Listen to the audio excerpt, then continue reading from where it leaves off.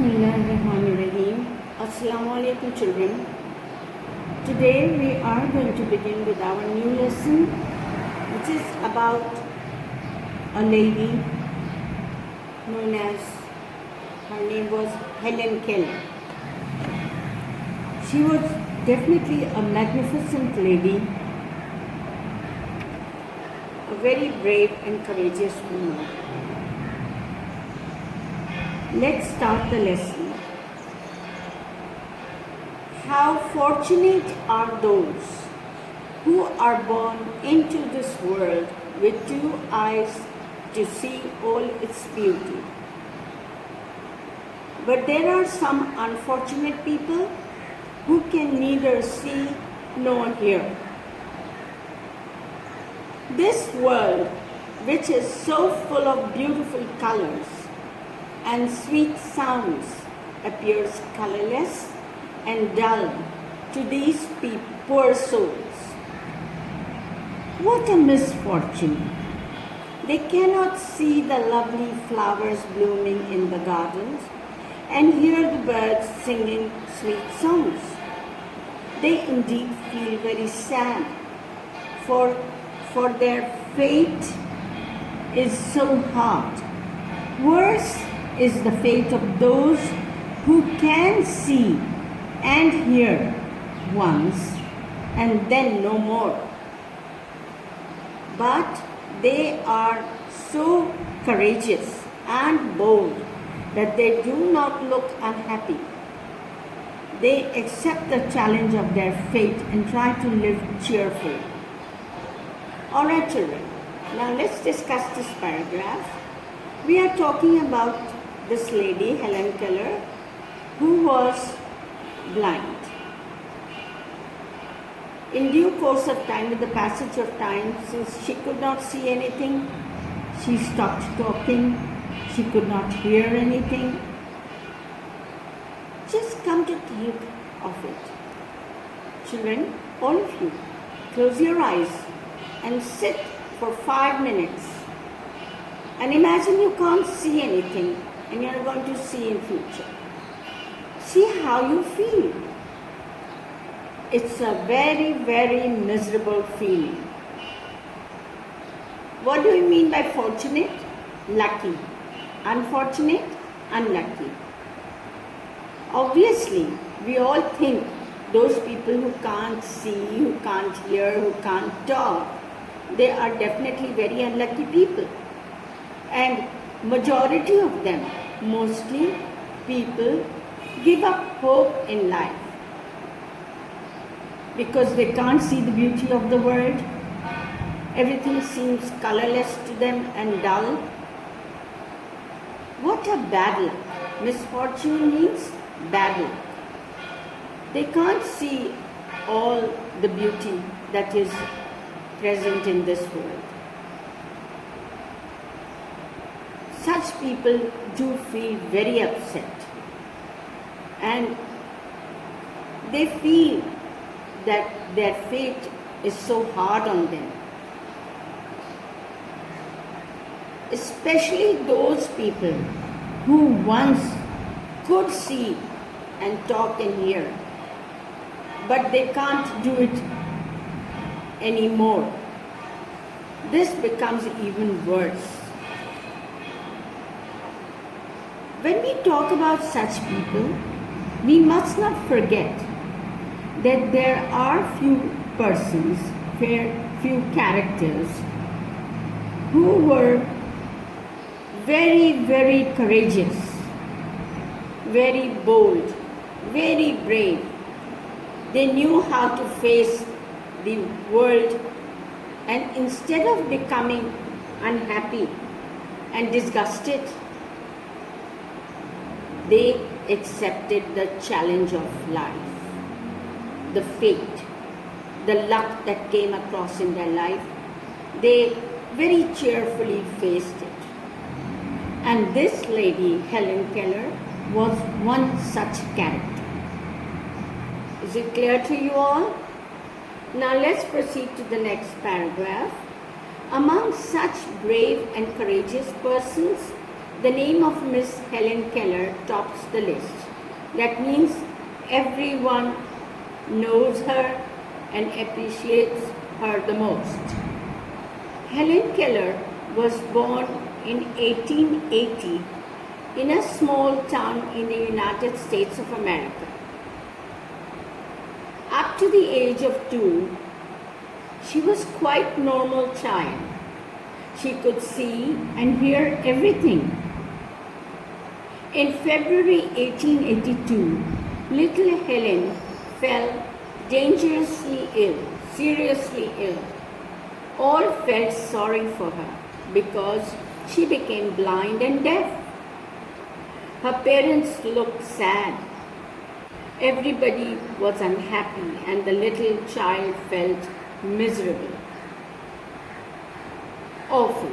She felt very bad because had she not seen the world at all, maybe she wouldn't have felt that bad, because once having seen the world and then suddenly being unable to cherish and enjoy the beauty of the world and the blessings of God given to us, one feels awfully bad. When she was 7 years old, her life suddenly changed. How? Helen's father asked a lady named Miss Sullivan to come and look after his blind child. Miss Sullivan had herself become blind when she was a child, but afterwards she got her eyesight back. She thanked God for His kindness to her by helping other blind people and making them happy and content. What do you mean by content? Satisfied. She started teaching Helen. One day she took Helen to the river bank, and put her hand in the water. Slowly she made her write the word water on the sand. She made her do it several times, and thus Helen learned how to spell the word water. She felt very excited because she knew that at last there would be some light in her dark world. Miss Sullivan, since she had become blind in her childhood, so she could feel the pain and depression that she had faced in her childhood. So when she got her eyesight back, she decided to work for those who have become blind, so that she could bring some light into their life. She taught Helen very patiently, and by making her feel the water, and then by spelling the word and making her write on the sand, helped her to learn the word. In similar manner, she taught many words to Helen. The work was very slow and difficult, but Miss Sullivan was very kind and patient. Little by little, she taught Helen about mountains, rivers, and about history and geography. She even taught her how to count and do sums. Okay, when she was 8, she was sent to a school for blind children. She had forgotten how to speak, but her teacher helped her. She would put Helen's hand on her own lips and let her feel the movements of the lips at the time of speaking. Helen did many exercises like this, and at last at the age of 10, she was able to speak again. What a joy! She exclaimed. By and by, she learned to read books. These books were printed with raised points instead of letters, and she read them by touching with her fingers. In this way, she was able to learn so as much as other people could. She passed all her examinations easily. She went to college and then to Harvard University. She studied at the university and graduated without difficulty. She proved to be a better student than many others. Her teachers loved and admired her, appreciated her. Okay, in this paragraph, we have come to know how she had learned to speak again. And then when she went to the school and to the college, she started reading books. But these books were not ordinary books. These were printed with raised points instead of letters. We call this system as braille. And like this, she was able to read the books and everything. And as we come to know that she finally graduated from Harvard University, and she was very much appreciated by her teachers. Turn on to page 30. In 1956, this wonderful lady visited Pakistan. She was 76 years old, but still very active. Pakistani people gave her a warm welcome. She came to our country to help the blind and the deaf. She addressed many gatherings in Karachi and visited the school for the blind, deaf and dumb. What a nice school! She exclaimed.